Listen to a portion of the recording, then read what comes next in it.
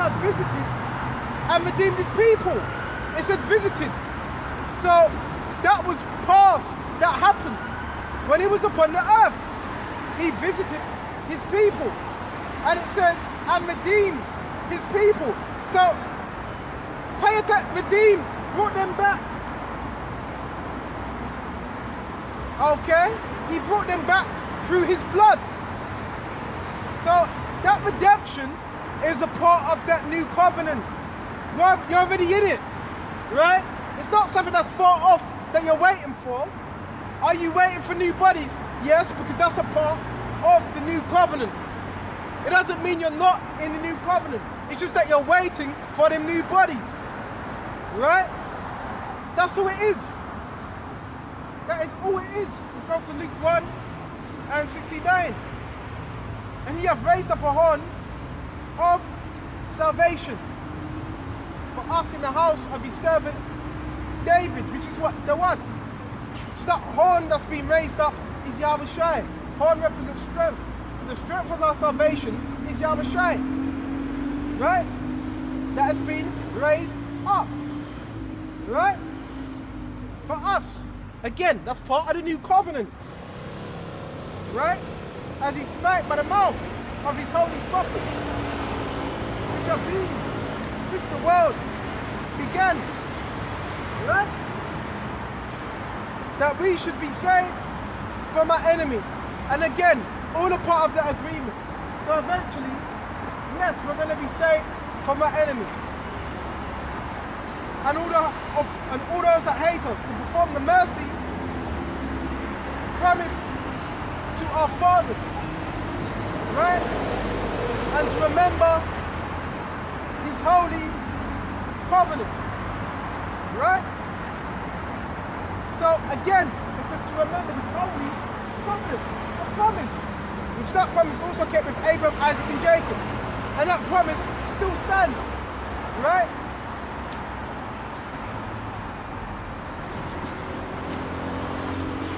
And some men would say it's a continuation of the old covenant. No, the old covenant is done away with, it's new. Renewed means what? Reformed, changed, right? New stipulation, right? All right.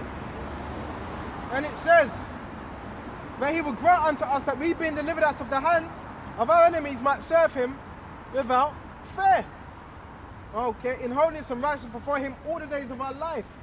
And thou, child, shalt be called the prophet of the highest, for thou shalt go before his face to prepare his ways. This is speaking of John the Baptist, when he was preparing the way for Yahawashi, right? And to give knowledge of salvation unto his people by the remission of their sins. That's what John the Baptist was doing, right? So now we went into that. Now let's go into Galatians and Hebrews.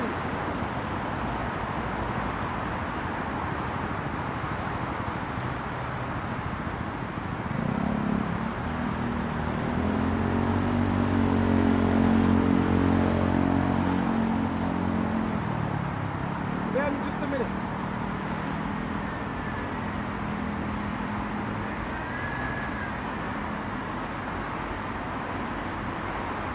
All right, go to Hebrews. We're going to go to Hebrews 7 and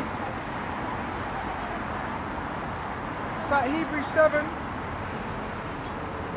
and let's go straight to start at 10. For he was yet in the loins of his father when Melchizedek met him. And who was Melchizedek? Melchizedek was what? The high priest at the time of Abraham, Abraham would offer a tenth of what? His offerings to. Right? For if therefore perfection were by Levitical priesthood, the Levitical order of things, right? For under it the people received the law. What further need was there that any other priest should rise after the order of Melchizedek? So if it was just down to that, you wouldn't need another priest. That means you wouldn't need Yahawashi. That means that would have been it. Okay? And not be called after the order of Aaron. For the priesthood being changed, where it was made necessity a change also of the law. For he whom these things are spoken pertaineth to another tribe, of which no man gave attendance at the altar. For it is evident that our Lord sprang out of Judah, okay, Yahawashi, right? Which of the tribe Moses spake nothing concerning priesthood, as it is far more evident, for after the similitude, right, the likeness of Melchizedek ariseth another priest, right, who was not made, not after the law of a carnal commandment, right? So in other words, Yahawashi, when he came on the scene, it wasn't based on the carnal commandment, okay? In terms of you having to go to the priest and to offer up a particular sacrifice. That's what it means after a carnal commandment, right? But after the power of an endless life. Key word. After the power of an endless life. Through who? Oh, so who gave us endless life? Yahawashi. Right? For he testifieth, thou art a priest forever after the order of Melchizedek. So it says a priest forever. Right? So Yahawashi is the ultimate priest. After the order and likeness of Melchizedek. Right? Forever.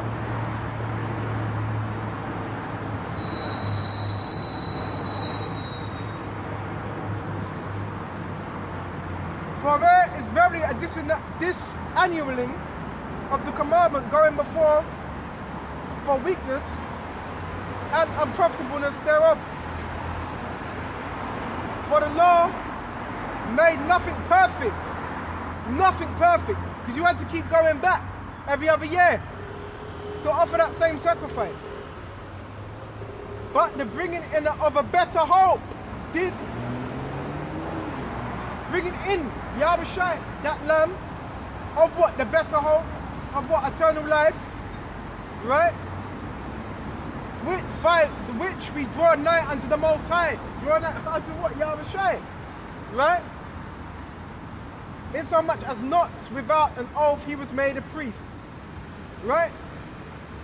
Speaking of Yahawashi, verse 22, by so much was Yahawashi made a surety of a better testament. Of Yahawashi was made assured of a better testament. So when you got men saying, oh, well, not in the new, no, we are. The New Testament is the new covenant. And when was the New Testament? When Yahawashi died. That's when the New Testament was, right? So we're in the New Testament now. And they were truly many priests because they were not suffered to continue by reason of death. But this man, because he continued ever, speaking of Yahawashi, have an unchangeable priesthood. And from time to time, the priests were changed. So this is a priesthood that's unchangeable, beginning with Yahawashi. Right? And it says, wherefore he is able also to save them to the uttermost that come unto the Most High, to him, seeing he ever liveth to make intercession for them. So, Yahawashi, when we want to make our sacrifices, now it's to Yahawashi. Right? Yahawashi is that sacrifice, and we make our sacrifices to Yahawashi.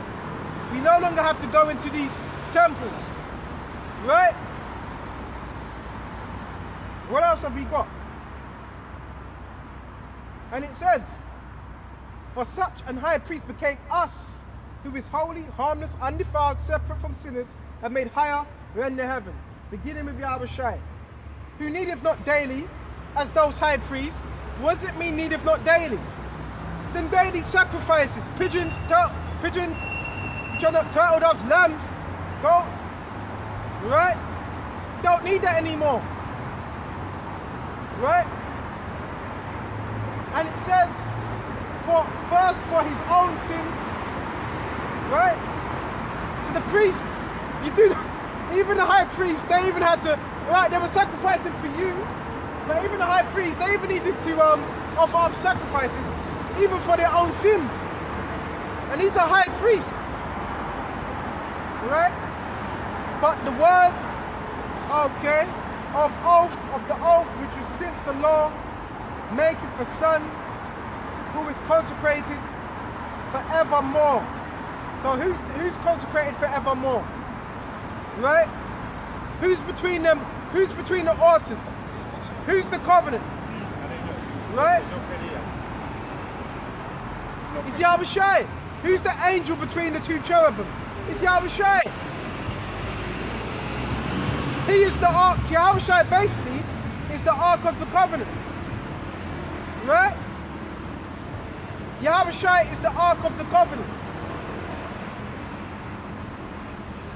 So now we went into that. So this way you're really going to get into this. Right?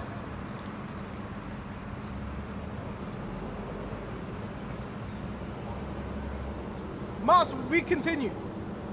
This is Hebrews 8.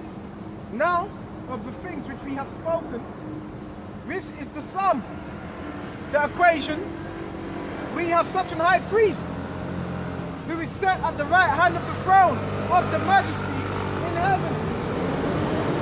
Right? So the high priest is Yahawashi. Right? A minister of the sanctuary. The sanctuary. The temple. Right? And the temple is what? His body. His body of men. Right? And of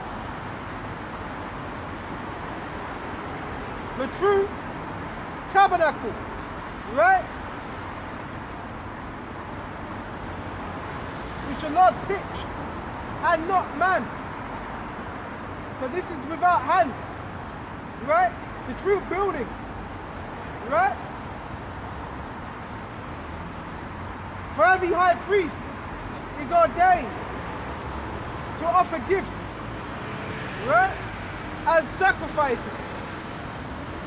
So it lets you know that was their duty, to offer gifts and yes, to sacrifice. For what? An atonement of sin. Wherefore it is of necessity that this man have somewhat also to offer, for if he were on earth, he should not be a priest. Seeing that there are priests that offer gifts according to the law, right? The old law, to serve unto the example and shadow of heavenly things, right? As Moses was admonished of the Most High when he was about to make the tabernacle. For see, saith he, that make all things according to the pattern shown to thee in the mount. But now he hath obtained a more excellent ministry.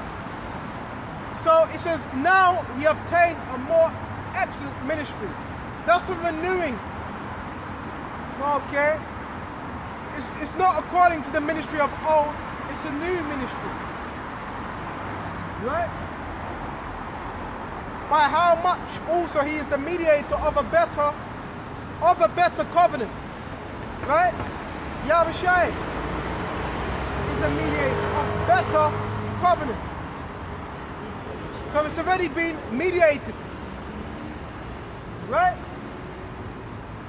Which was established upon better promises. So this covenant is established upon a more sure and better promise. that we're able to keep. Okay? For if the first covenant had been faultless, so yeah, that means it had fault in it. Right? Should have place being sought for the second. So, if that was fine, the Old Testament, the Old Covenant, there'd be no need for the second. Why would you need the second? Right? And it says, for finding fault with them, who? Us. He said, behold, the days come, saith the Lord, when I will make a new covenant, right? A new promise and a new agreement. So when it says, behold, it will come to them days, when were those days? When were those days? When Yahawashi died on the cross. That's when a new covenant was brought in. Right? That's when it was brought in. See, remember readers still say, we're still waiting. No, it was already done. Right? It was already done. For finding fault with them, he said, behold, the days come, saith the Lord Yahawashi, when I will make a new covenant, new agreement. So if a new agreement is made, that means the old one is done away with. Like a new contract. That new contract is already established, it's already done. How? Through Yahawashi. Right? Through Yahawashi's blood. Right? This is what our people don't understand. When I will make a new covenant with the house of Israel and with the house of Judah. So that's already made. You got men teaching you, no, we're waiting, we're hoping. No. Are you reading the scriptures?